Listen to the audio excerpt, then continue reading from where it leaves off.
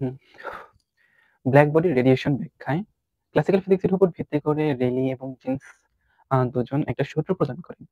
তবে সে সূত্রের ব্যর্থতা ছিল যে বড় তরঙ্গের দৈর্ঘ্যের বিকিরণের ক্ষেত্রে সূত্রটা আ আসল মান বাস্তব মানের কাছাকাছি মান দিতে পারলেও যখন তরঙ্গ দৈর্ঘ্য ধীরে, ধীরে কমতে থাকে তখন আ সেই সূত্র একদমই কাজ করে না।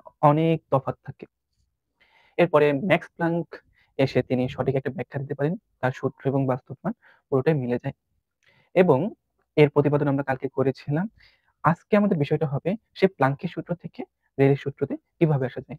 যেমনটা বললাম যে যখন তরঙ্গ দৈর্ঘ্য আপনার অনেক বড় হয় তখন রেলে জিন্সের সূত্র কাজ করে। তো আমরা ধরে নিতে পারি যে মানে ধরে নিব তরঙ্গ দৈর্ঘ্যের মান অনেক বড়। যদি তরঙ্গ দৈর্ঘ্যের মান অনেক বড় হয় তাহলে প্লাঙ্কের সূত্রের যে প্লাঙ্কের সূত্র ভুল -1 প্লাঙ্কের সূত্র এর পাওয়ার হিসেবে যে এইটুকু রয়েছে এইটা আপনার একের চেয়ে অনেক ছোট হয়ে যাবে।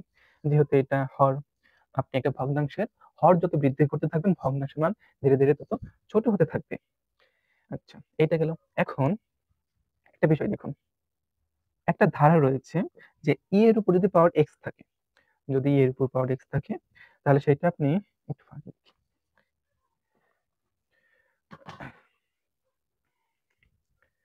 আ e এর উপর পাওয়ার যদি x থাকে তাহলে সেটা আপনি এইভাবে বর্ধিত বা বিস্তৃত করতে পারেন। x 1 plus x plus x square by 2 factorial plus x cube by 3 factorial এইভাবে আপনি ইনফিনিটি পর্যন্ত যাবে। এখন আপনি এইটা দেখুন। আ e to the power hc lambda Katie. তো এইটাকে আমরা এই সূত্রের মতো বর্ধিত করব যেখানে এইটুকু আপনার এই অংশটুকু আপনার এইটা মনে, মনে x এর মতো কল্পনা করি। যদি এরকম হয় তাহলে এই অংশটুকু আমরা লিখতে পারি অন আসবে। x হবে মানে ac by lambda KT, ac by lambda KT. এরপর x square divided by 2 factorial অর্থাৎ প্লাস hc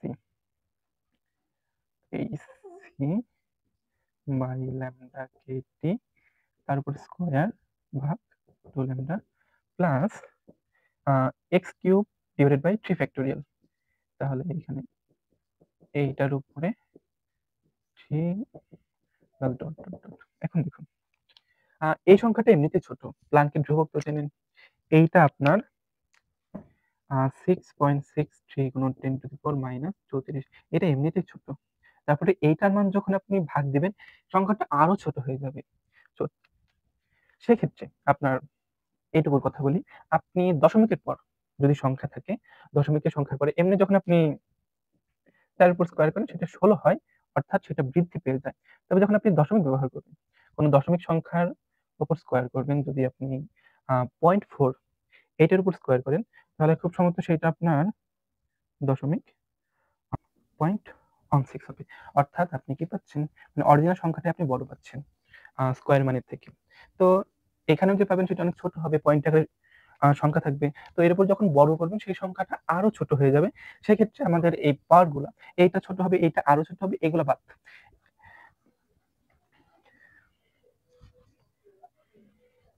মানে ব্যাপারটা কিরকম? যে ধরুন আপনার কাছে একটা সংখ্যা আছে আ 10 টু দি পাওয়ার 10 এটা অনেক বড় সংখ্যা। এর আগে ১ যোগ করেন বা না যোগ করেন কিচ্ছু না। ধরেন এর সাথে আপনি আরো ছোট সংখ্যা যোগ করছেন। তাহলে সেই সংখ্যার কোনো আ পরিবর্তনই হবে না বললেই চলে। তো এটা যোগ করা যায়, না করা যায়। তো এখানে আমরা ওই একই ব্যাপারটা ধরে নিচ্ছি যে যেগুলো স্কয়ার আছে, কিউব আছে বা 4 পাওয়ার হিসেবে আছে সেগুলো সব বাদ। তো আমরা এইটুকু সময় অ্যাপ্রক্সিমেটলি এটা লিখতে পারবো। এটার মানে অনেক কাছাকাছি হবে। তো আমরা এইটুকুর মান আমরা সমীকরণের এইখানে তুলে দিব।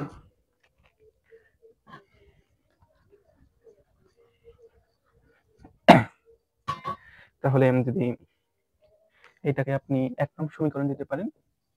১ নং দিলে এইটা হবে আপনার ২ নং।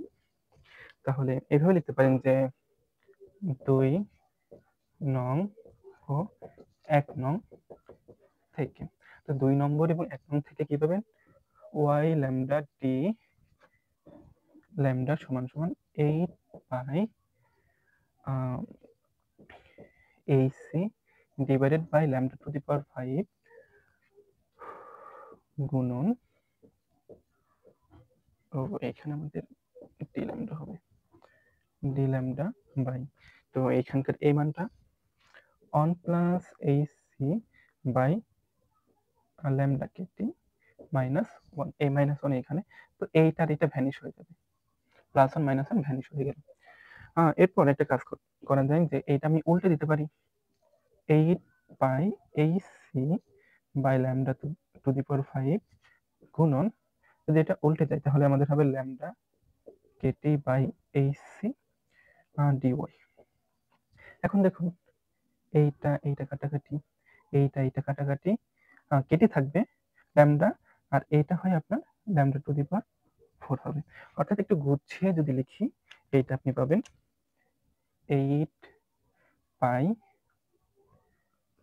By lambda to the power 4 kT d lambda.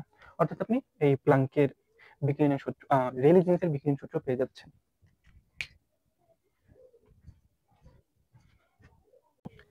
রেলে জিন্সের মতো করে আরো একজন বিজ্ঞানী ভিয়েন, সেও ব্ল্যাকবডি রেডিয়েশন ব্যাখ্যায় একটা সূত্র প্রদান করে এবং তার সূত্র ব্যর্থ হয় তাদের মতো করে।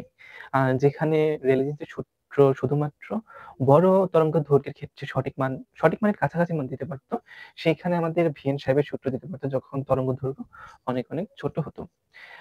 আপনি চাইলে প্লাঙ্কের বিকিরণ সূত্র থেকেও ভিয়েনের সূত্রে আসতে পারেন। তো যেমনটা বললাম, তার সূত্র ল্যামডার মান যখন অনেক ছোট হয়, একের চেয়ে অনেক ছোট হবে, তখন সে আসল মান বা বাস্তব মানের অনেক কাছাকাছি একটা মান দিবে। তাহলে ধরে নেই যে ল্যামডার মান একের চেয়ে অনেক ছোট। যদি ল্যামডার মান একের চেয়ে অনেক ছোট হয়, তাহলে ই টু দি পাওয়ার এই সি ল্যামডা কেটি এর মান একের চেয়ে অনেক বড় হবে। তো এই হলো আপনার এক্সপোনেনশিয়াল ফাংশন।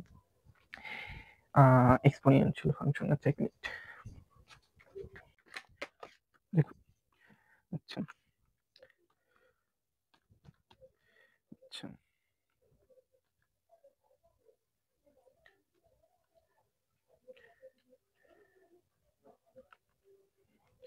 আচ্ছা, e to the power 1, okay. e to the power 1 এইটার মান আপনার 2.71 হয়। e টু দি পাওয়ার 2 আপনার 7.389। e টু দি পাওয়ার 5 এইটার মান হলো আপনার 148.51। e টু দি পাওয়ার 10 আপনার হলো e টু দি পাওয়ার 10 সমান সমান 22,026.46। দেখুন, ই এর পাওয়ার জাস্ট 10 হইছে, তাই আপনার 22,026 হইছে। এটাও কিন্তু একের চেয়ে অনেক বড়। আপনার ধরেন আপনার কাছে 22,026 টাকা আছে। এখান থেকে আপনি মাত্র ৳1 বাদ দিবেন। তো আপনার তেমন কোনো তফাৎ হচ্ছে না। তো এই মানটা আপনার অনেক বড় হয়, বিশাল বড় মান হয়। তো এখান থেকে যদি আপনি একটা কাজ করেন যে অনকে বাদ দিয়ে দেন, সেটা আপনার এটারই একদম কাছাকাছি মান হবে। মানে মানের পরিবর্তন হবে না বললেই চলে। সেক্ষেত্রে আপনি এটা ১ নং সমীকরণ, এইটা ২ নং সমীকরণ। তো লিখতে পারেন ১ ও ২ নং থেকে। তো এখানে কি বলা আছে যে এইটুকু, অর্থাৎ এইটুকুর সমান। তাহলে আপনি জাস্ট এইটা বদলায় দিবেন, এইটুকু লিখবেন। কি হবে তাইলে? যে ইউ ল্যামডা dy সমান সমান 8 pi AC by lambda to the power 5 এবং dy by e to the power AC by KT minus lambda Katie. তো যেহেতু -1 এর পরিবর্তে আপনি এটা লিখতে পারেন, -1 লেখা দরকার নেই। অর্থাৎ এইটুকুর জায়গায় জাস্ট এইটুকু বসালেই আপনার কাজ শেষ।